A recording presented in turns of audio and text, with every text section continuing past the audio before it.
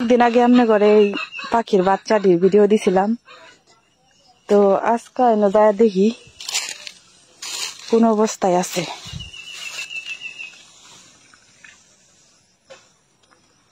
ওই যে খাবার লাগে হা করছে, দেখি একটা বার কইরা।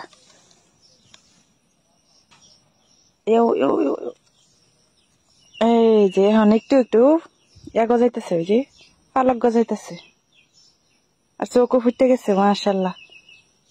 ও উমা পিঁপড়া, এই রে একদিনই চোখ ফুটে গেল। কালকের আগের দিন মনে হয় ভিডিওটা দিছিলাম, একদিনই চোখ ফুটে গেছে গা।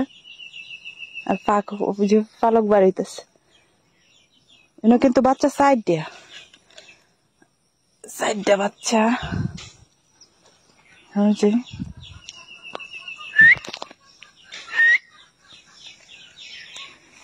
শেষ দিলেই হা করে।